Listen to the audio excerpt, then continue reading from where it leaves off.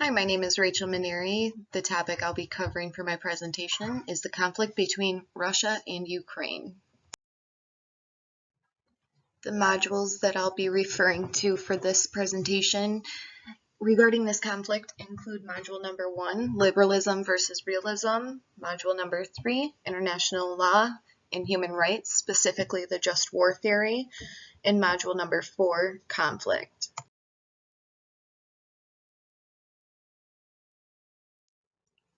So who's all involved? Russia and Ukraine.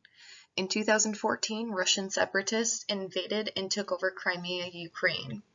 Ukraine is a country squished between Europe and Russia, and when Russia lost influence in Ukraine, or they believed they did, Russian separatists took over Crimea forcefully.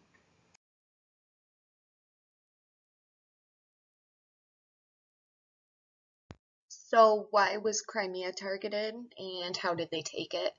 Crimea is and always has been a highly sought after land because of its proximity to the Black Sea.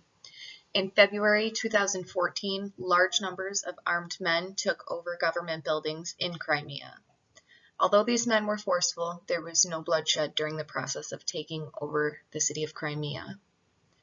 The number of armed men did continue increasing until they were finally identified and known as the Russian separatists of the Russian military. In 2014, the residents of Crimea voted to become part of Russia. Some of them did say they felt they had no other choice because they were already being taken over by the Russian separatists. So referring back to Module 3, what is a just war? There are several aspects to a just war. In order to be considered a just war, it must be noted that there's a reasonable chance of success in winning the war. A war can only be waged as a last resort, as if all other options have been exhausted. One of the goals of a just war is to be able to reestablish peace or establish it if it didn't exist previously. A just war can be waged to redress a wrong that was suffered. For example, if a state or country is attacked with weapons, they're able to fight back in order to defend themselves, and it would be considered just. Another important aspect of a just war is that civilians must never be the targets of violence. Every effort must be taken by those fighting the war to avoid harming civilians. In the beginning, when the Russian separatists did invade Crimea, they did not harm anyone, including civilians as well as Ukraine military. That would not last, however. So is the war between Ukraine and Russia just? It truly depends.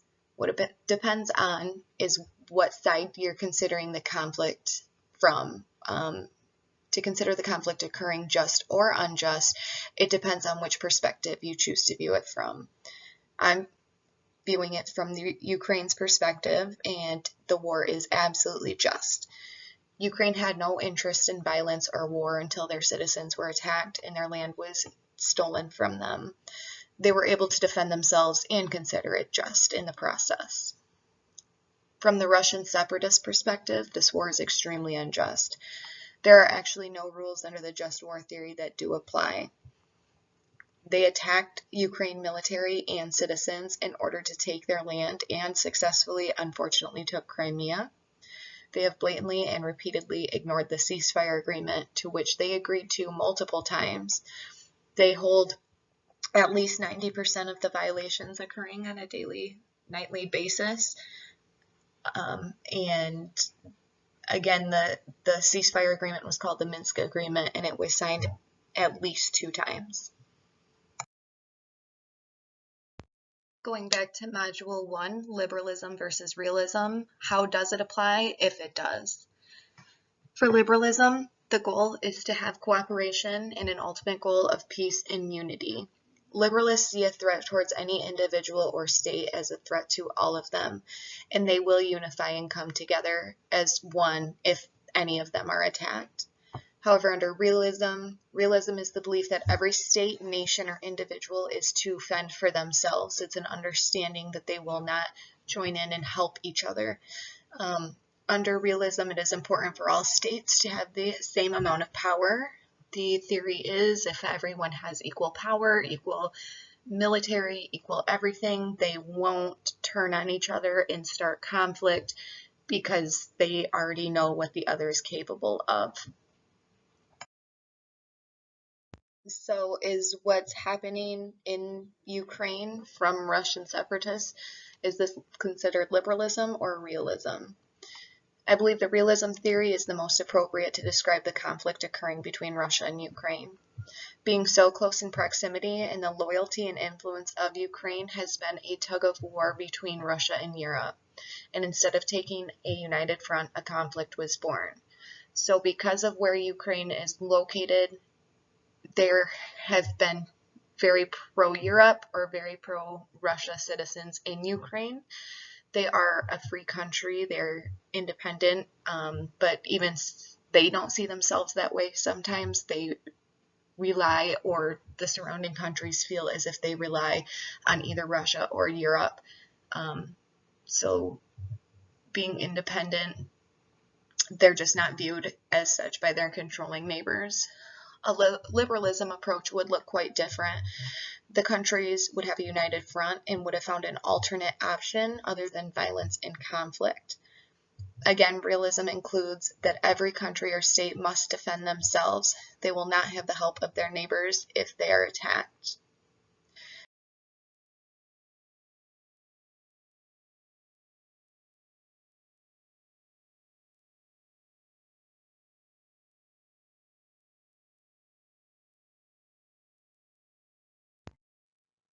And finally, focusing on conflict. There are several types of conflict: hegemonic, total, limited, raids or low intensity conflict, civil, or guerrilla. I did choose to focus on 3 of these for the purpose of the war occurring in Ukraine: a total war, limited war, as well as guerrilla war. So a total war is when a country invades another with the intention of taking over completely and, quote, absorbing that country, its government, and everything else. Quote, total war is a strategy in which militaries use any means necessary to win, including those considered morally or ethically wrong in the context of warfare. The goal is to not only decimate, but also to demoralize the enemy beyond recovery so that they are unable to keep fighting. A limited war, on the other hand, is a war in which the weapons used, the nations or territory involved, or the objectives pursued are restricted in some way. In particular, which the use of nuclear weapons is avoided. A limited war doesn't have the purpose of absorbing another country, but for a different reason, such as resetting their government or a demand for land or water. My debate between the 2 of these to label what is occurring from the Russian separatists in Ukraine. So it did appear that the Russians' main goal originally was to invade Ukraine, take over their government, and essentially absorb them, like the total war definition states. They haven't done that so far. They haven't absorbed the entire country. So limited war is a little bit more appropriate to describe this. They did invade in order to take over Crimea, possibly more, but that was their original purpose, was to take over Crimea, which is the definition of limited war. And then in order to be considered a limited war, their objectives are not to take over the entire country. Right now it is unclear if the Russians are going to continue taking over Ukraine. It is pretty clear, however, that Crimea will never belong to Ukraine again, or at least not anytime soon. Right now they're just fighting to keep what land they do have left. So with conflict continued, I did want to touch on the guerrilla war.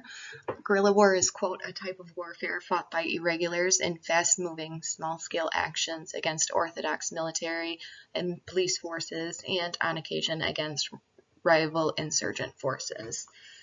It's clear now that this definition does not belong to the situation in Ukraine. However, in the very beginning, as I stated earlier in this presentation, this all began when armed men forcefully took over Crimea. They took over government buildings. So it is understandable to see from the very beginning that this could have been originally considered a guerrilla war until more and more showed up and it was clear that they were Russian forces. So again, total, limited, and guerrilla war are the three types of conflict that we went over that could be related back to the unrest occurring in Ukraine with Russia. It does seem like it was the Russian separatists' goal to take over the country of Ukraine, absorb their government in the country by any means necessary, which again points to a total war.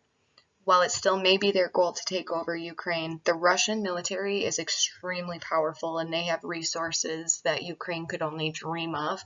Those resources would be necessary to make more progress in taking over more quickly if they so choose. However, they haven't done that at this point, so their intentions aren't all that clear, but they do have every and all options available to them, but they're not using them, so that to me points to limited war. Again, it's just important to mention the guerrilla war. While this conflict is not a guerrilla war, it is easy to see how it could have been construed in that manner.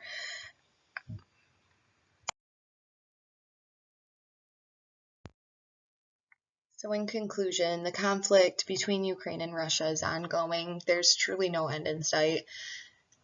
Although Ukraine has been independent since 1991, and it was independent several times before that as well, it's just not seen as independent very frequently. Russia and Europe both want to have influence over Ukraine, and when Russia felt as if they did not have that influence anymore, they chose to invade and force that influence back into Ukraine.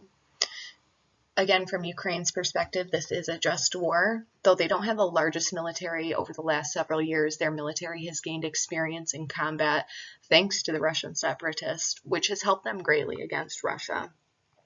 They are considered the underdog, for lack of better terms, considering how large and powerful Russia is. Again, they don't have the resources that Russia has. They don't have the finances, or just the material or even the training, which is why it was great that Canada stepped up and took some of their troops in and taught them some very vital things so that they can defend themselves, and have kind of a leg up on some of what Russia is doing to them. The realism theory is the most appropriate in this scenario, as the surrounding states and countries are not coming together to help Ukraine or defend them. Instead, it is everyone for themselves. Again, in terms of conflict, this war is between a total war and a limited war. I think it's right down the center of both of them. And here are my references and everyone I referred to throughout my research and my presentation. Thank you so much for watching, and I really hope I helped you learn something today.